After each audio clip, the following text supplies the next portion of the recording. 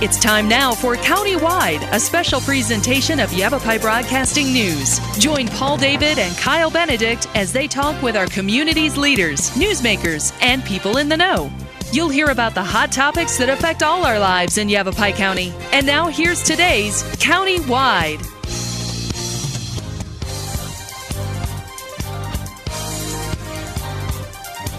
Hello, welcome to Countywide. I'm Kyle Benedict, and today we're talking about the Camp Verde Community Library, and specifically the building and the acceptance of a new bid to build the new library here soon. And joining me today is the Library Director, Kathy Hellman, as well as the Youth Services Librarian, Diana Manassi. But thank you both for being here today. It's exciting. We're talking about the building of your new Camp Verde Community Library, something that, Kathy, you were telling me has been in the works for a while now. And that's correct. Just to start off, tell me a little bit about the history of the community library there in Camp Verde. First, I want to thank you for inviting us, Kyle. We really appreciate it. It's a great opportunity for us to be here, and we appreciate your support of the library. The history is a little varied, and a lot of that happened before I came on board, but part of it has to do with the founding of the Camp Verde Library Endowment. Dorothy Wood was the kind of the spark that got that going, and the endowment's goal is to raise $500,000 and it's invested with the Arizona Community Foundation. And that money, once they reach their goal, they're close to $400,000 now. Once they reach their goal, they'll stop the fundraising and turn the interest over to the library to help with operational costs that aren't covered by the town budget.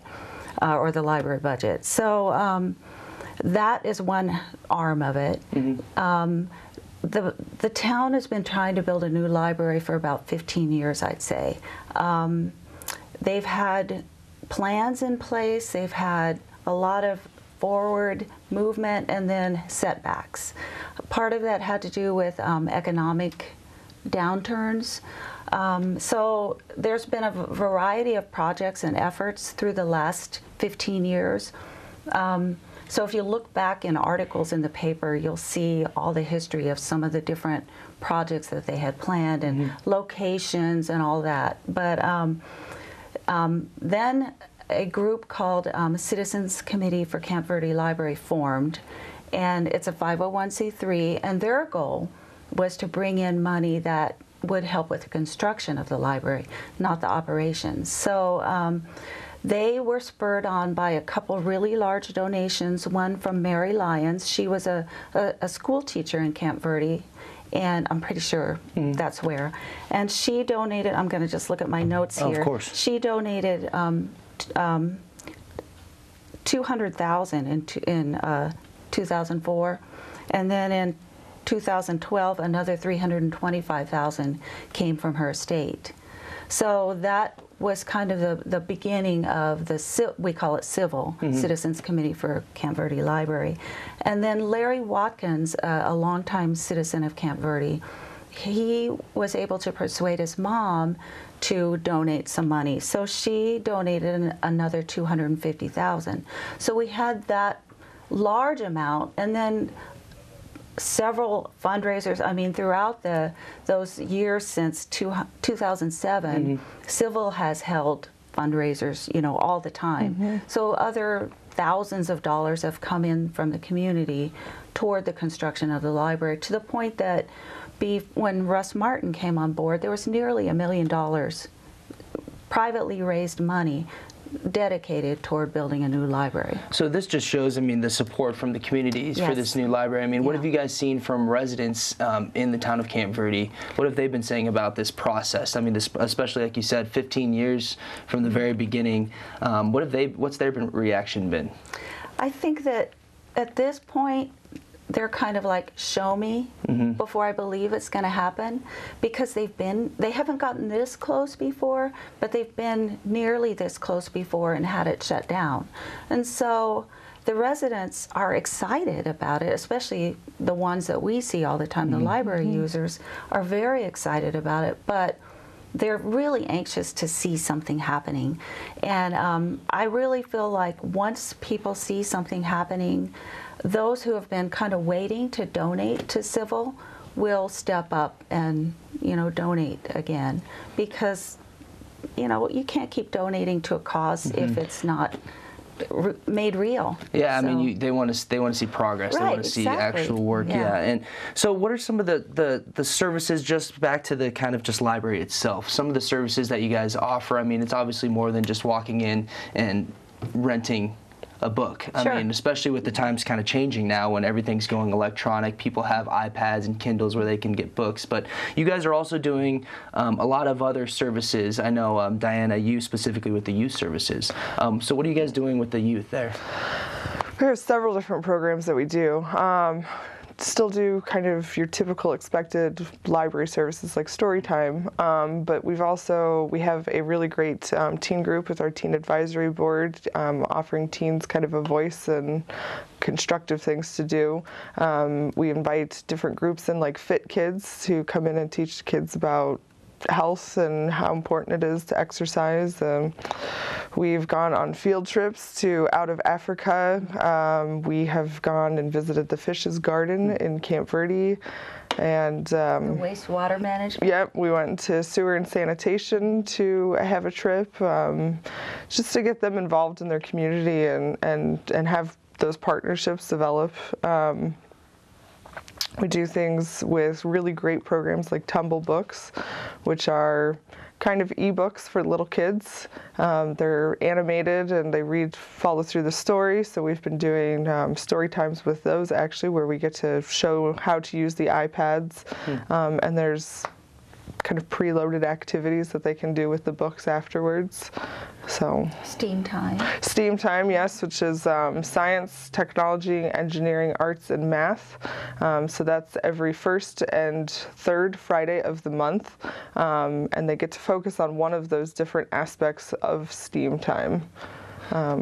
So how would you say? I mean, because all this stuff is from when I was growing up. I mean, the libraries didn't offer these types of services. What can you say as far as the way that the libraries today are changing with kind of this new technology that's evolving, and it's not just you use a library to rent a book or rent a movie?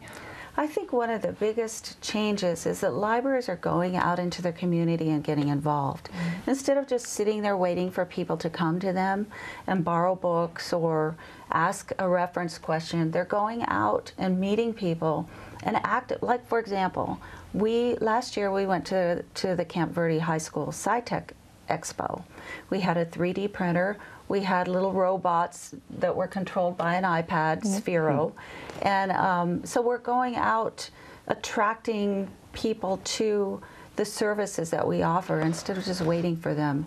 We want to be part of the economic growth of the community, not just sitting there waiting or asking for people to come to us. A couple things we're doing for adults in the library.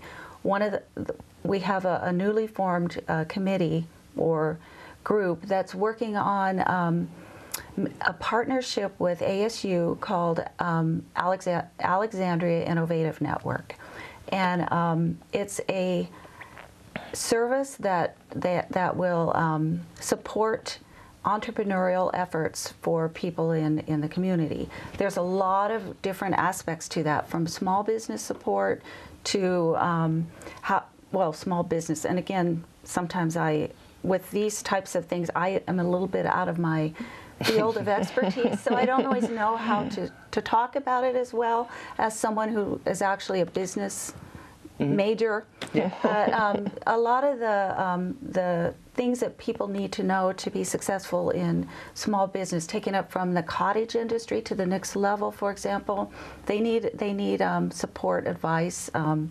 They need consultants. And so Yavapai College is going to be meeting once a week in Camp Verde Library to allow local people to interact with their Small Business Development Center people to get advice, to get information, training, whatever they offer to citizens in Camp Verde. But then the Alexandria Innovation Network is another area that we're getting into, they have a thing called Rapid Startup School, and there's a lot of resources, online resources that they have been collecting, that ASU has been collecting, that are available to people through libraries, online classes, and it's all free. So wow, it's a great partnership between ASU SkySong and libraries, and there's several places in the valley that already have these spaces. So we're looking at bringing that to Camp Verde too. Again, it's bringing opportunity that our community has not any place else but the library. That's great. I mean, just all the opportunity and programs and services just to help the members of the community out. So, well, we're going to take our first break real quick. We're talking about the Camp Verde Community Library, specifically the building of the new library, with the Library Director Kathy Hellman and Youth Services Librarian Diana Manassi. And we're going to take a short break. When we come back, we'll dive back into the new library here in just a couple minutes. This is Countywide. We'll be back in a few. Headaches and back pain are two of the top reasons people choose Mosing Chiropractic. Dr. Mosing also treats symptoms of numbness and tingling, as well as those injured in auto or work accidents. Dr. Mosing uses gentle chiropractic techniques, as well as electric muscle stim and cold laser therapies. Call Dr. Mosing today at 634-0733. No spine left behind at Mosing Chiropractic.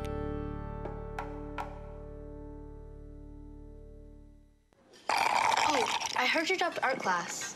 What happened? Life happened. I'm too old for finger painting. You guys going to Haley's thing tonight? Totes, time to get trashed. I don't.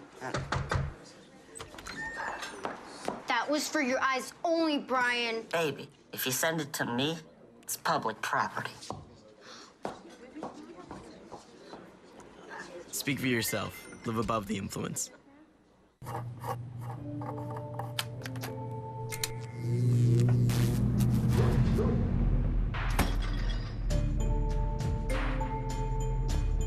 Traditional light bulbs actually generate 9 times more heat than light. Switch to Energy Star light bulbs, and you'll realize just how much cash you are really burning through. Saving energy saves you money. Learn more at EnergySavers.gov.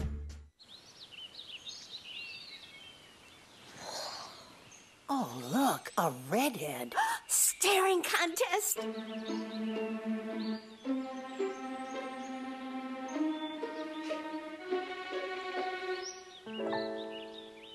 You still got it. I know. Come alive with the forest. The dad was cute. You were looking right at us. Visit discovertheforest.org to find a forest near you.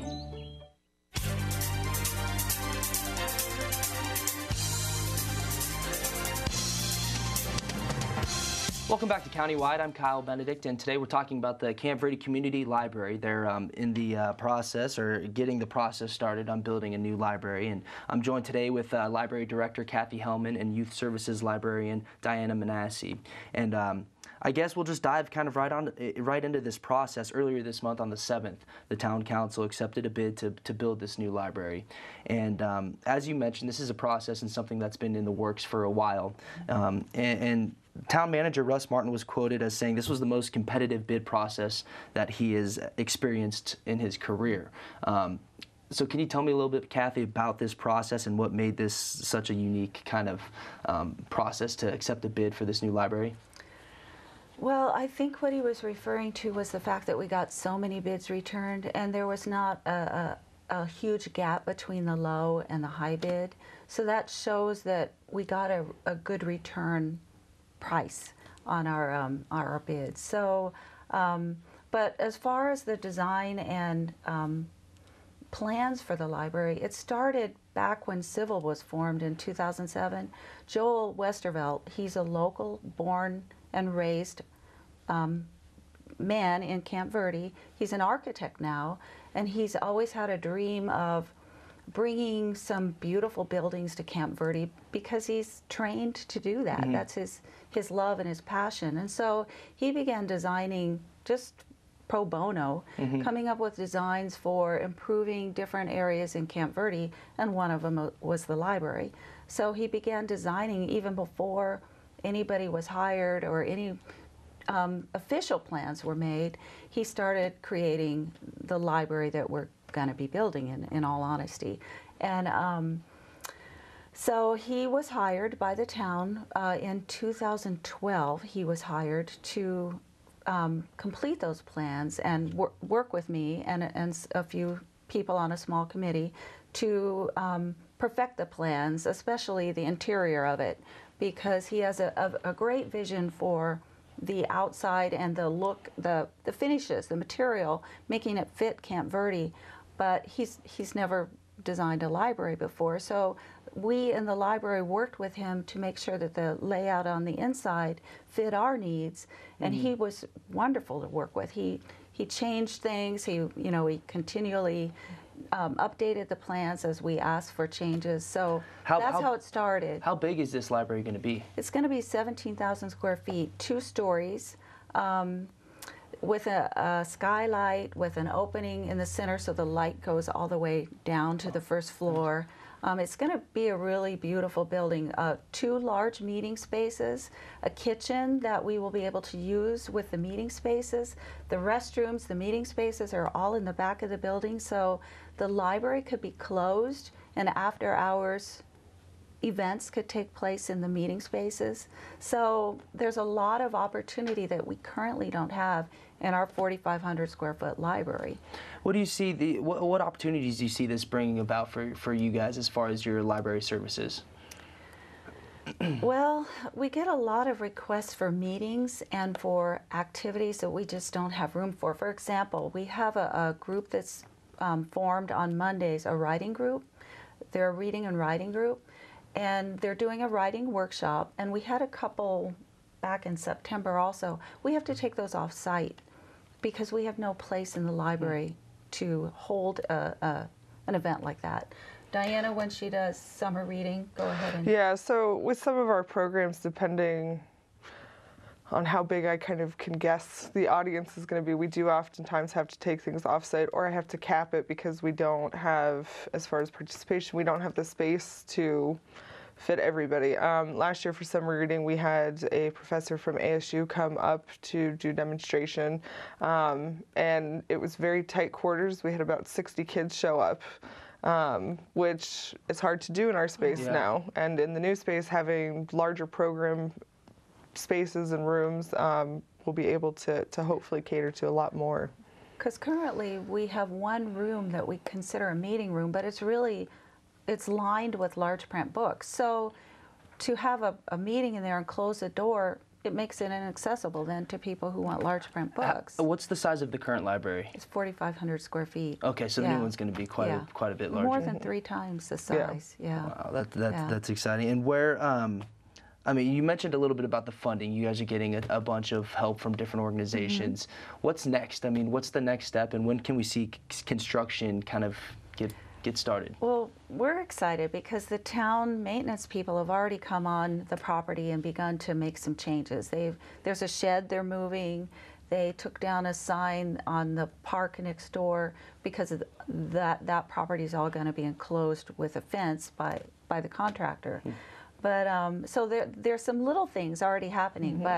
But on January 30th at 10 a.m., we're having a dirt turning. We're calling it that, but a groundbreaking, basically.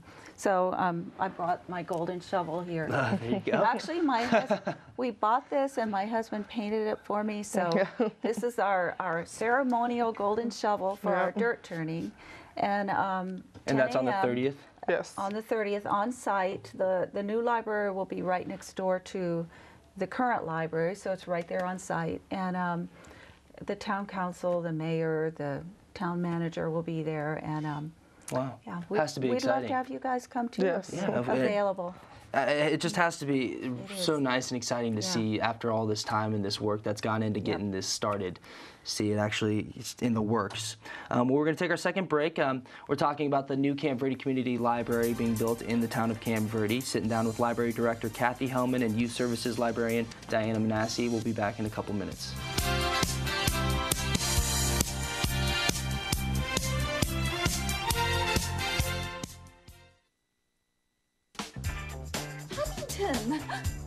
proper bear knows that the right fit means everything. Especially when it comes to car seats. Oh, really? I just did what any bear would do. So know for sure that your child is in the right car seat for their age and size.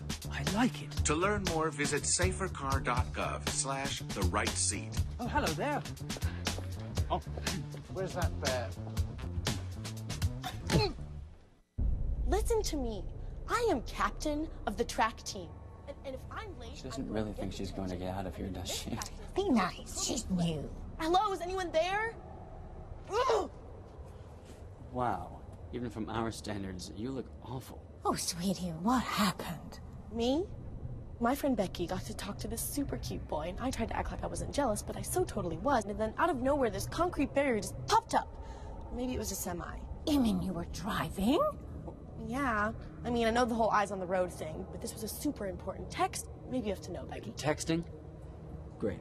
But it was only like 5 seconds, and I'm a really, really fast texter, so it wasn't even a big deal. Actually, has she texted me back yet? Wow, I get like no bars in this place. I wonder if they have Wi-Fi here.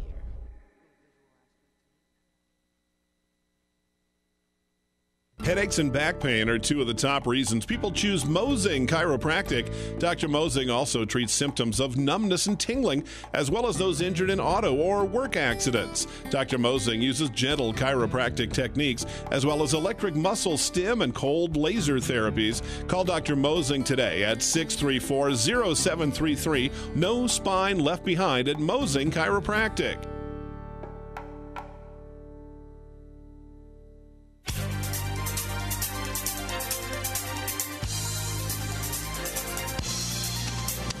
Welcome back to Countywide. I'm Kyle Benedict, and we're talking with Camp Verde Community Library Director Kathy Hellman and their Youth Services Librarian Diana Manassi, and again talking about the new Camp Verde Community Library being built. Dirt turning ceremony kind of kick off the construction and everything on the 30th of this month at 10 a.m.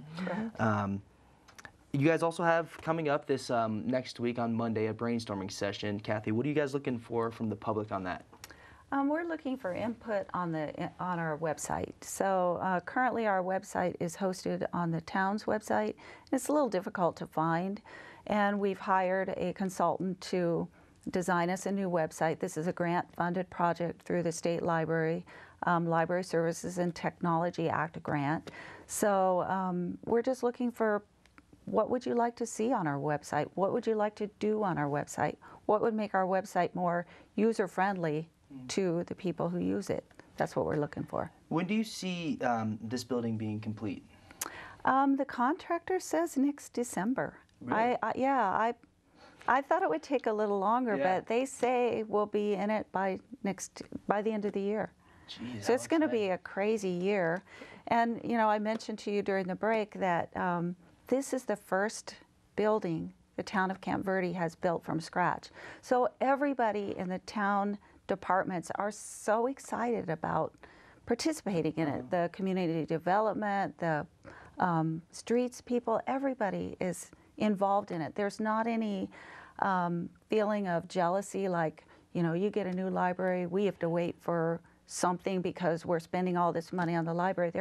Everyone's engaged in it because it's the first project the town has ever done from scratch. So it's really, really exciting. Yeah, exciting. Definitely for everyone involved. Not to mention, you know, you guys who have been working for years to try and get this going. Yeah. But well, thank you both so much for joining me.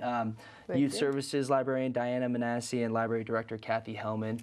We're out of time, but good luck on everything moving forward, and excited to kind of see the progress of this new library finally being built. Thank you again for having us. That's going to do it for us today here on Countywide. I'm Kyle Benedict, and we'll see you next time.